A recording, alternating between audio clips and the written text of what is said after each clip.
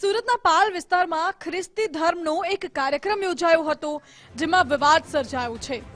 સુરતના પાલના green city સોસાયટીમાં હોબાળો મચ્યો.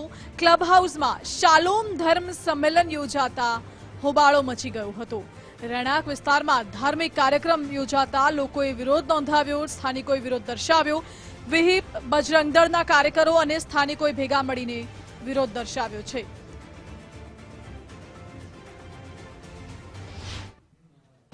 ગઈકાલે ખ્રિસ્તી મિશનરીઓ દ્વારા હિન્દુ સમાજને છેતરીને ધર્માંતરણ કરવાની પ્રવૃત્તિ માટેનો એક ભજન સત્સંગના નામથી કાર્યક્રમનું આયોજન કરવામાં આવ્યું હતું.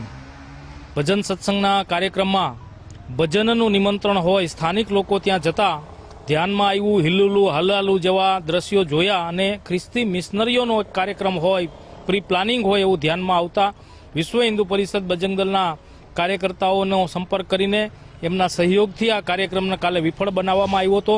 कल हम लोगों को जैसे मालूम चला, लोगों को सबको बुलाया गया, भाई कीर्तन कराना है और सोसाइटी से परमिशन भी सत्संग और कीर्तन भजन के लिए लिया गया था.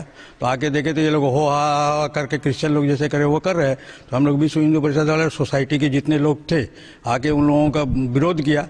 हम लोग अपना मैंने जय श्री राम के नारे और भजन कीर्तन उनके सामने में चालू किया. बाद में उन लोगों ने पुलिस को बुलाया.